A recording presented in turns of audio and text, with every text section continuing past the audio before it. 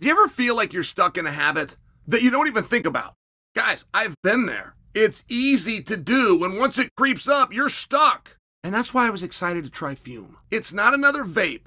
It's not an e-cig. It's not even a nicotine product. This is something different, and it's a simple, satisfying way that you can replace a bad habit. And you can do this without inhaling anything harmful. No smoke, no vapor, no nicotine. This is just natural flavored air that gives you something to reach for, something to fiddle with, without any of the chemicals. I'll tell you guys, a lot of times breaking a habit is not just about willpower. It's about having something better to reach for. And Fume is that alternative. My personal favorite flavor is crisp mint, but there's tons of options. And guys, it's not just about flavor. Fume has a magnetic, fidget-friendly design, and it helps to keep your hands busy while keeping your mind engaged. Guys, right now, if you order the Journey Pack and you use my code Chael, you will get a free Fume topper. Go to tryfume.com/Chael to try yours today. Scan the QR code that I put on the screen or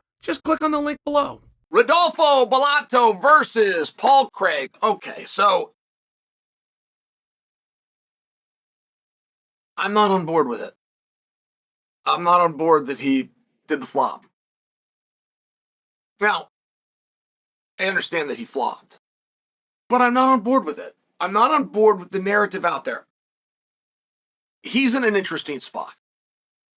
And the fighters that called this out and recognized what was happening,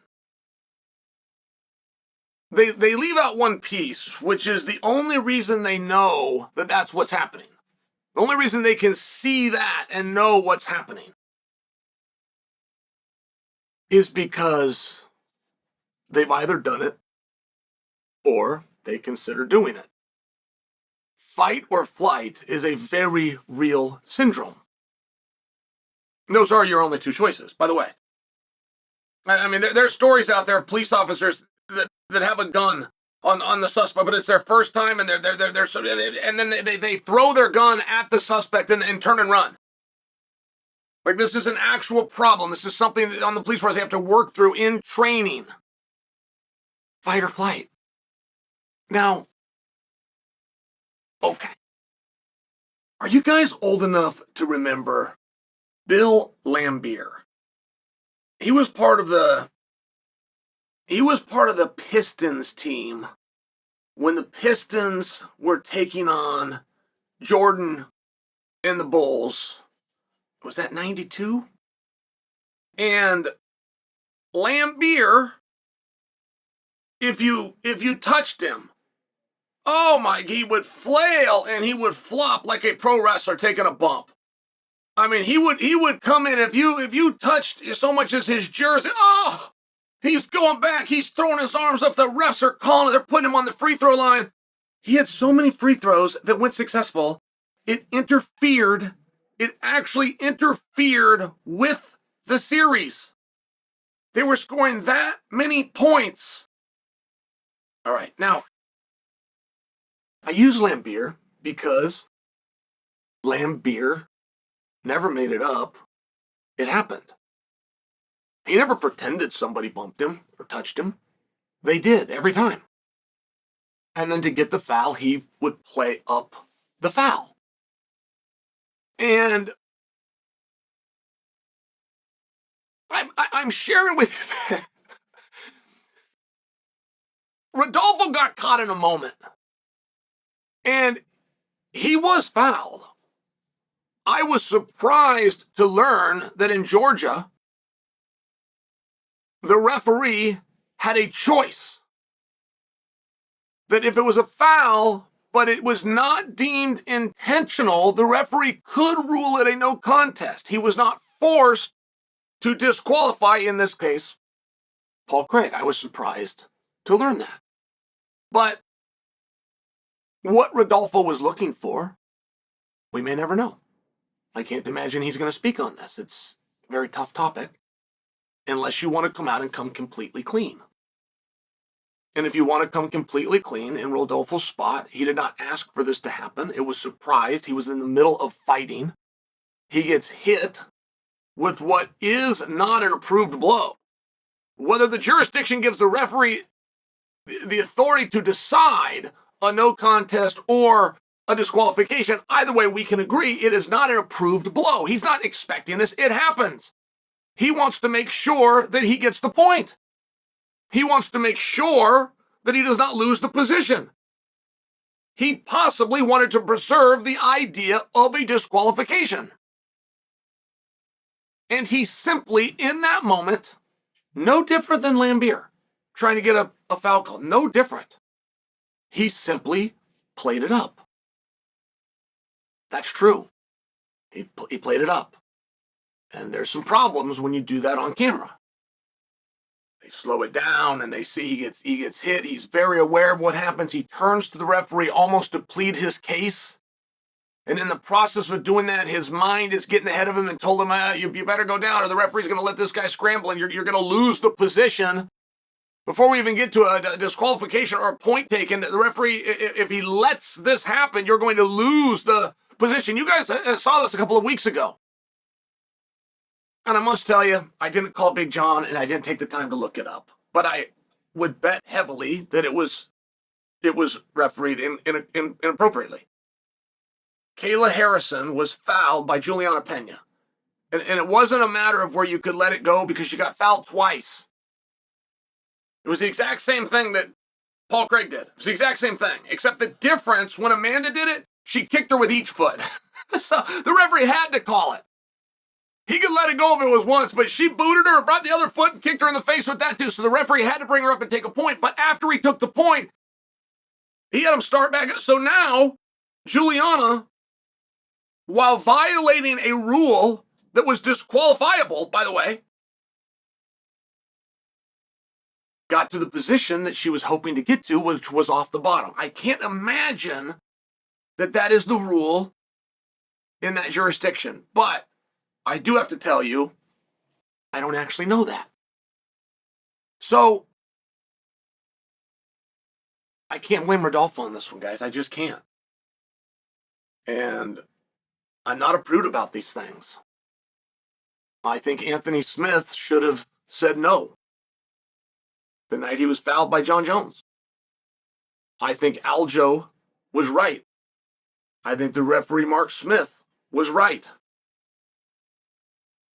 to call Peter Yan, turn to Aljo like the rule book says, remedy that the only way the rule book allows, which is a disqualification, even if it changes the title. I think that was right. I think as a fighter, you try to go on, you try to persevere, you try to deal with adversity. I do think all those things are right. Let me tell you something that happened. 2009 UFC Fighter Summit. Now, I don't know the stat today, but I'll take you back to 2009.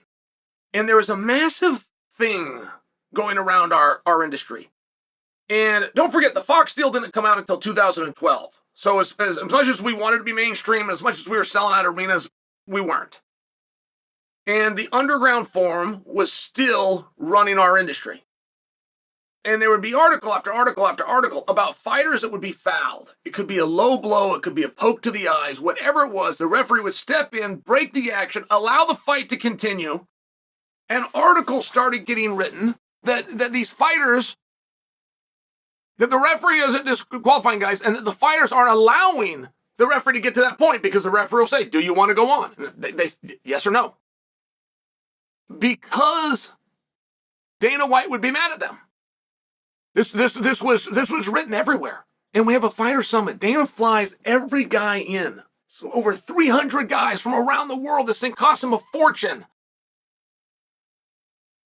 And he had all these speakers coming. They were telling you how to do taxes and telling you about setting up LLCs. And they got tech people in the back to set you up with this brand new thing that was called Twitter. And this whole thing, Dana himself didn't speak that much to the guys. He was a ringmaster and orchestrated it. But when Dana did speak, you want to know what he said? He brought this up. He said, hey guys, by the way, I want to make this perfectly clear. If you were ever fouled, I do not expect you to go on. You will never have a hard time with me if you don't go on. As a matter of fact, he says, are you ready for this? As a matter of fact, there has only been one guy in history to be fouled and come back and win. And it was a very big deal that Dana pointed that out, because that's where you know he's being sincere. He said, hey, listen, if this other guy cheats, we don't have very many rules, and I expect everybody to follow them. If this guy doesn't follow them, handle that however you want. You're not going to get a bravery badge from me. You say you can go on, we're going to take you at your word, and we're going to play this thing out. The rankings are going to be effective, and your contract's going to be effective. Some guys are going to be released. Some guys are going to get bonuses. Other guys, we're going to honor the match, honor the rules of the jurisdiction. And it was just a big deal. I just remember it. It was one of the few things that he said. I remember it. So I'm telling you now, whether Rodolfo played that up, you're right, your mind is doing some very weird things out there. This wasn't his plan. And I think that Paul Craig said it best. And I really respected Paul Craig for saying this. Paul was speaking about it at the post-fight press conference. And Paul couldn't let him off the hook. I can't let him off the hook either. Did that happen? Yeah. Did it look good for TV and for these things? I get it. But Paul Craig said it best, which is, guys, he never would have been in that position. For his mind, for his, whatever took over for that brief moment, whatever that was, he didn't create. I did. I did this. I kicked a guy. I did something you can't do. So before we accuse him, make sure you back it up and realize I did this. And I really appreciated Paul Craig saying that. And I'm making this piece for you today just to remind you that Paul did say that. And I don't want you to tease. I don't want you to tease him. I don't want him to have a hard time from this. I remember the night that Overeem said that Stipe tapped. Craig Brassari brings it up on the big screen and tells Joe Rogan in his earpiece, watch it with Overeem and show us where the tap is. And there was no tap, and Overeem wasn't lying. He really thought he tapped. Like, your mind can do some strange things. It can. And it makes these decisions in a moment. There was no part about him that planned to do that. Referee made his decision. As Dana said, we will allow the fights to be carried out in the jurisdiction by the decision the referee comes to. So no contest. Dude, it was bad what he did, man. It was bad. He gets kicked, and and the camera's just right. So when they slow it down, he turns to the referee and starts to plead his case. He starts to plead it, and then he goes unconscious, and then he starts flipping. See, this is where it's big. And then, the crown jewel, he fights with the referee because he thinks the referee is the opponent. So, I mean, he went pretty far with it, dude, and it was bad. It was blatantly bullshit. I mean, oh God, Ryan, he starts fucking shit. It was so bad. But, you know, he didn't plan to be there. He saw an opportunity, went to take the opportunity. He needed the money, whatever.